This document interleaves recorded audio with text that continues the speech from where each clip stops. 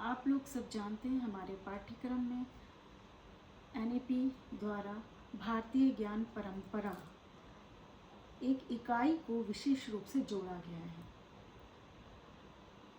मैंने बच्चों को पढ़ाते हुए हमेशा उनकी एक समस्या देखी। सिलेबस भारतीय ज्ञान परंपरा को लेकर वो असमंजस में है। वो समझ ही नहीं पाते हैं कि भारतीय ज्ञान परंपरा ये इकाई है, इसको किस तरीके से पढ़ना है या कैसे समझना है, ये क्या है।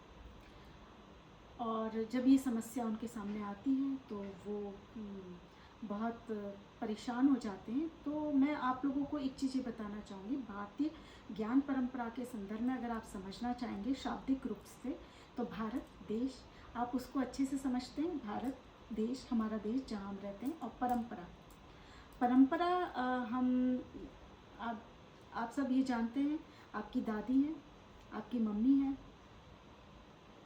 है ना। तो ये जो परंपरा है आपको आपकी दादी नानी से जो मिलती है, आपकी मम्मी को मिलती है वो पहले, फिर आपकी मम्मी से आपको मिलेगी, और आपसे फिर आपकी जो आने वाली नई जनरेशन है उसको मिलेगी। तो ये परंपरा आपकी दादी नानी से आई। तो ऐसे हमारा भारत देश है ना। तो वो आज तो बना नहीं है, वो सदियों से बना है। तो सदियों से जो परंपरा हमारे भारत देश में चली आ रही है ना। तो एनईपी ये बताना चाह रहा है कि हमारे यहाँ जो सदियों से पठन पाठन की जो परंपरा चली आ रही है, ये उस पर फोकस करता है कि पहले किस तरीके से हम पढ़ाते थे और किस तरीके से छात्र पढ़ते थे, शिक्षक किस तरीके से पढ़ाते थे। तो एनईपी ने उसको समझाने का प्रयत्न किया है, और भारतीय ज्ञान परंपरा को हर सब्जेक्ट में जोड़ने का इनका एक उद्देश्य है। हर सब्जेक्ट से जुड़ेगा तो हम अपने उस विषय का भारतीय परंपरा के अनुकूल, उस परंपरा के अनुकूल हम उसका अध्ययन और अध्यापन कर पाएंगे। उससे हम अपने भारतीय ज्ञान का लाभ ले सकेंगे।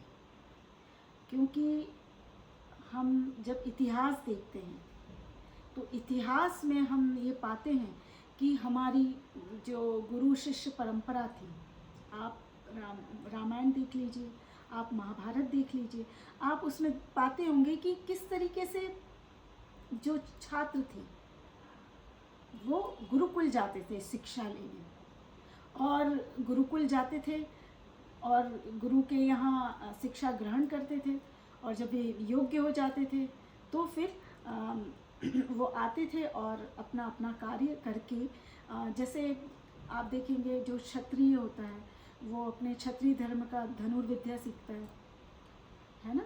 और जो ब्राह्मण है वो अपना पूजा पाठ, क्योंकि हम जब वैदिक काल में हम जब देखते हैं तो वैदिक काल 4 वर्णों में बट गया था। तो इसमें सिर्फ हम ये पाते हैं कि जो धनुर्विद्या है या धार्मिक कर्मकांड से जुड़े हैं वो सीखने के लिए बच्चा गुरुकुल जाता था। लेकिन जो आपका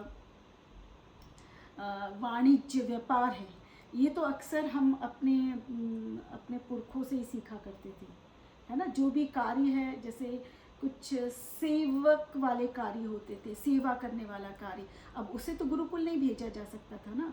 वो तो हम अपने खुद की जो फैमिली में हो रहा था, या खुद की जो हमारी फैमिली की लेगेसी थी, जैसे माला बनाना, फूल चुनना, तो ये हम खेती करना, किसानी करना, तो सीखते तो सभी थे, है ना। लेकिन एनईपी ने यहाँ पे भारतीय ज्ञान परंपरा में जो फोकस किया है वो गुरु शिष्य पद्धति को फोकस किया है। मतलब उसको पूरा का पूरा वैसे अडॉप्ट नहीं किया, उसमें कुछ मॉडिफिकेशन की। नहीं तो अगर हम उसको वैसा का वैसा कर देंगे तो आधे स्कूल तो वैसे ही खत्म हो जाएंगे। क्योंकि अब हम स्कूलों में और इंस्टीट्यूट में, संस्थाओं में जाके सारी चीज़ें हम सीखते हैं।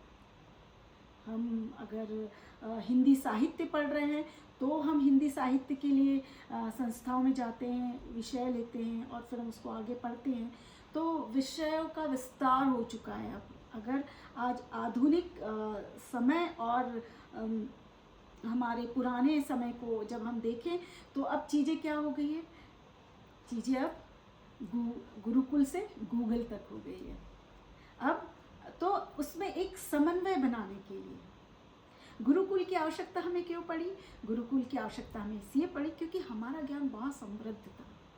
हम आयुर्वेद में, प्रौद्योगिकी में, हम हर चीज़ में, हर विषय में जो आज है, गणित में, साहित्य में, ऑकल्ट साइंस में, ज्योतिष में, भाषा में, अभिव्यक्ति में, नृत्य में, संगीत में, ऐसे ऐसे विषयों में हमें महारत प्राप्ति, और इतने महान महान गुरु हुए हैं हमारे देश में जो हम आधुनिक काल में हम लगभग उन्हें भूल से गए या हम उन्हें जानते ही नहीं हैं। एक्चुअली भारतीय ज्ञान परंपरा हम हमारा उस रूट से, उस मूल शिक्षा से, जो मूल ज्ञान है उससे हमारा परिचय कराना चाहता है। और निश्चित ही अगर हम उस ज्ञान को हम जानेंगे, समझेंगे, तो मुझे ऐसा लगता है कि हम पूरे विश्व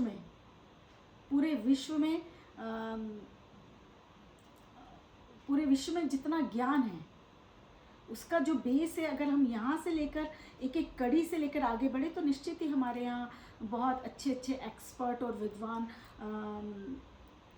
बहुत भारतीय पृष्ठभूमि को लेकर जब तैयार होंगे, या आगामी 10 वर्षों के बाद जब इन सब चीज़ों का समावेश आधुनिक शिक्षा नीति में या सिलेबस में जब समन्वित हो, इंक्लूड हो जाएगा, तो उसके प्रभाव बहुत प्रभावी रहेंगे।